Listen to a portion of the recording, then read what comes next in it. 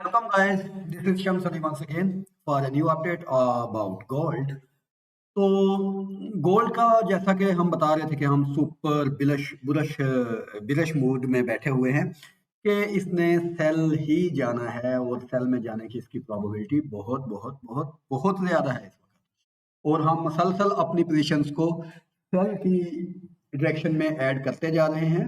और एक पोजीशन मैंने ऐड की यहाँ पर 2741 पर, दूसरी पोजीशन मैंने ऐड की 2747 पर, और अभी तीसरी पोजीशन एक्सट्रीम लेवल का जो सेल एरिया है वो तकरीबन समवेयर 2763 का एरिया जो है, यहाँ पर एक और सेल की पोजीशन को हम ऐड करेंगे।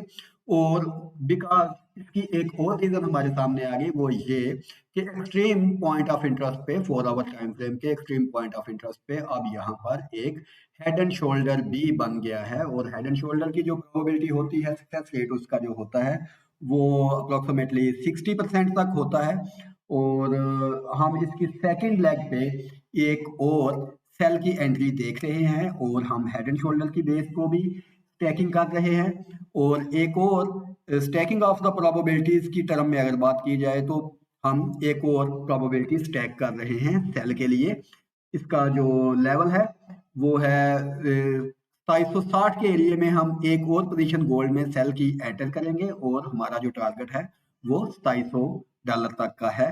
तो यहाँ पर हेड एंड शोल्डर की ये अपडेट थी, गोल्ड की अपडेट थी, और गोल्ड में हम एक और सेल की पोजीशन को एंटर कर रहे हैं और